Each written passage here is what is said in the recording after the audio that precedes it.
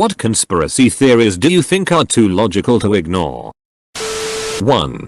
Kennedy gets elected. 2. Kennedy is critical of the CIA, his own VP and military for wanting to turn the Cold War into a hot one and the willingness to perform false flag operations, Project Northwoods, to do it. 3. Kennedy is shot. 4. His VP takes power. 5. Classified. You missed out the most important part. He bangs Marilyn Monroe. This one isn't as serious as most of the ones on here, but I enjoy it and have gotten into many a convo about it. In the 2017 NBA playoffs, a player named Markieff Morris, who at the time played for the Washington Wizards, hurt his ankle in game 1. This was only 11 minutes into the game and he didn't return. The injury looked like he would be out for a couple weeks and no one expected him to play game 2. But he showed up game 2 and played as if he was never injured. In fact, had his best game statistically of the playoffs to that point. Here's where it gets interesting. Markieff Morris has an identical twin brother named Marcus who also plays in the NBA. His brother was playing for the Pistons, who were eliminated from the playoffs already. The theory is that Marcus played for his brother. Both brothers have the exact same tattoos and don't have any super apparent different traits. Here's the Ringer's breakdown on it. Theringer.com link. I mean, that has to be the reason they have matching tattoos in the first place, right? Pretty sure I saw it here on Reddit at one point. But someone brought up the art trade. That these $1 million art shows individual pieces that go for insanely high prices are just a way for money laundering. Tax write-off even. So a real estate friend of mine told me that if you made $1 million you should get a shitty painting done. Have a mate who happens to be an art critic or evaluator value the piece at $50,000, then donate that piece to charity stating its value. That allows you to claim a deductible of $50,000 towards your taxable income due to your charitable donation. Genius. Amazed that I haven't seen Gary Webb mentioned. Expose the CIA for assisting in drug trafficking and commit suicide with 2 bullets to the head. Worst case of suicide I've ever seen.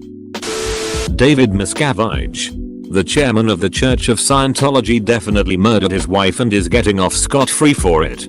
Him and his wife got into a pretty heated argument in 2007, and she hasn't been seen since. Lawyers hired by David claim she is still alive and devotes 100% of her time to work at the Church of Scientology, which is why she hasn't been seen since August 2007. In 2013, a former member of the church had filed a missing person report that was closed after a few officers had spoken and seen Mrs. Miscavige. Even though there's no evidence whatsoever of this meeting, all missing persons reports now are turned down since this investigation is forever closed. Leah Remini has had it investigated as well and written letters to Shelley with no response. Before Leah left the church, he wrote letters to Shelley that the church refused to deliver. And when she asked where Shelley was, she was told she didn't have clearance to ask that question. This one is small and local but still too insane to ignore and just came up today.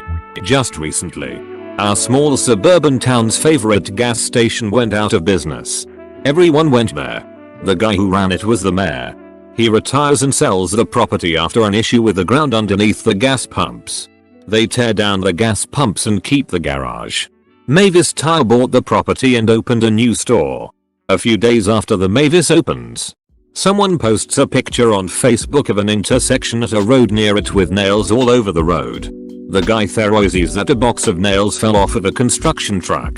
The police come clean it up and it seems all is well. Fast forward a few days later and people are commenting on the post that they're finding nails in their car tires. Not just from that intersection. People jokingly say maybe it was the new Mavis guys throwing nails around, but nothing really happens. Several weeks later, people have been posting day in and day out pictures of nails in their car tires. My dad took my car into the Mavis in question about 3 weeks ago and they found a nail inside of the right front tire. I noticed that it was driving sort of funny, but never that my tire was on the verge of exploding. I jokingly said people have been saying you guys have just been going around throwing nails all over the place, trying not to laugh at how insane it sounded to say out loud. The guy behind the counter said nothing but yo with a weird smirk. Edit. It totally might not be Mavis. There isn't any proof right now. And there are other possible reasons for the nails, but the timing is too perfect to ignore. Edit 2. Apparently this is a huge deal in foreign countries. Edit 3. Holy shit, this blew up. PFFT, it's not even a joke, it's the truth, it sounds like.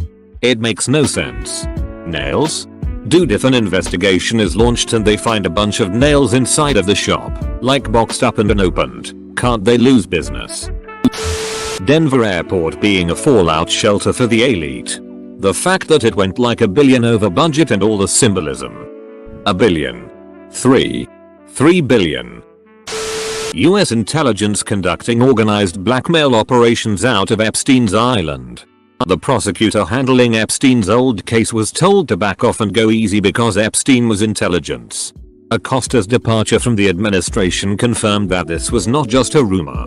So as an American, I would really like to know exactly who was blackmailing who, how far it extended, and what political decisions were affected.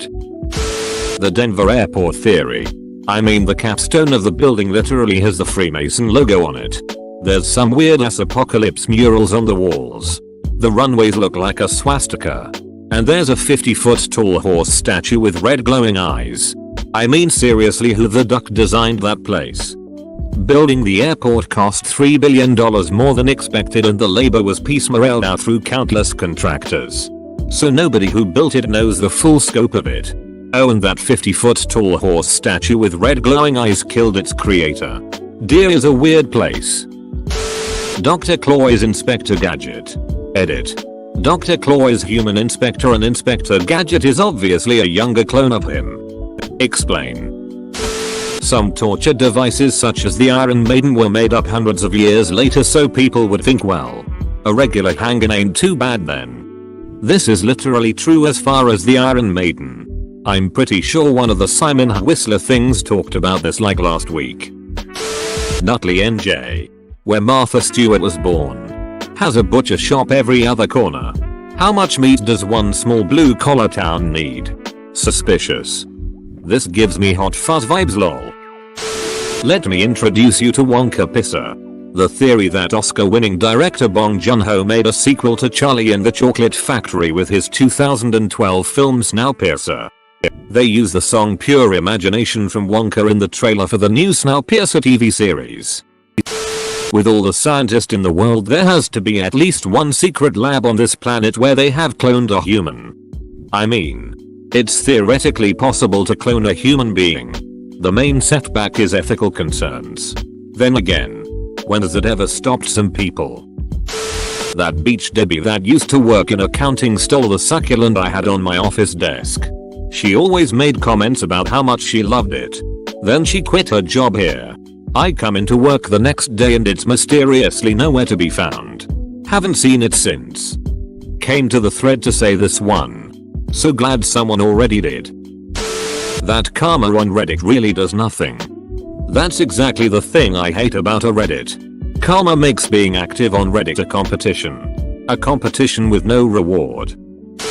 Trader Joe's makes their parking lots small intentionally to make it seem like it's more popular. I guess as opposed to those Walmart parking lots that are 1/4 full. Our phones and all the apps on them are listening to conversation. I'm super anti-conspiracy theory, but this has happened to me way too many times in the last 2 years. I impulse shop really badly. I carry cash for the explicit purpose of I can use this guilt-free for an impulse purchase. 2 years ago I bought high-end lipstick with cash in a store after doing zero research on the brand. Next day I had ads for it despite never even previously hearing of that company before. I had only talked with a sales associate about the brand for a while. 6 months later a very similar thing happened when I switched hair care products to very specific brand. Later that night I had ads for their company which I had never heard of or looked up pre or post purchase. 8 months ago I ordered a cider I had never heard of at a bar in Nick. Didn't research the company or anything about it. Not even 2 hours after I left the restaurant I had ads for that brand of cider on my Facebook. There's easily 5-7 more times I could think of. But these are the ones that bother me the most because I am positive the transactions were all in cash. I had never looked up the product before. And I had very targeted specific ads from those exact companies less than a day later on most of my social media. But the odds of 3 ads for highly specific brands items within a day of me buying those items from a large broad store in cash is just too much. Even the most advanced algorithm couldn't have predicted a spontaneous $100 Lorac MAC lipstick purchase with the only data being this person is in Ulta and has googled Urban Decay eyeshadow before. Totally believe. Never did any research about martial arts or anything. But mention wanting to learn Krav Maga whilst grabbing coffee with a friend. And suddenly I get a ton of ads for Krav Maga and Jiu-Jitsu courses. I like that people always are worried that Epstein was murdered instead of suicide. What if this was a ploy to cover up that he just escaped or paid his way out of prison? Well shit. My dog did not go to Doggy Disneyland because he won a lifetime ticket for being a good boy. I think that he in fact died. Bull. Gimme a name and description. I work for Doggy Disney on the weekends. I'll check in on him. The FBI keeps posting questions like this to see what the public knows. Edit. Why did this do well? McDonald's shake machines are never actually down. The night crew people are just too lazy to clean it. That's usually the case from what I've been told by people who I know that work at McDonald's. They're basically like it's a giant pain in the ass to clean and it takes literal hours to do. Some people had to talk about Fight Club. Otherwise, it wouldn't exist. Tyler Durden instructing people to not talk about Fight Club isn't aimed at getting them to stop talking about Fight Club. It's teaching them to break rules. Or at least, that's how I always thought of it. How long have you been waiting for this question?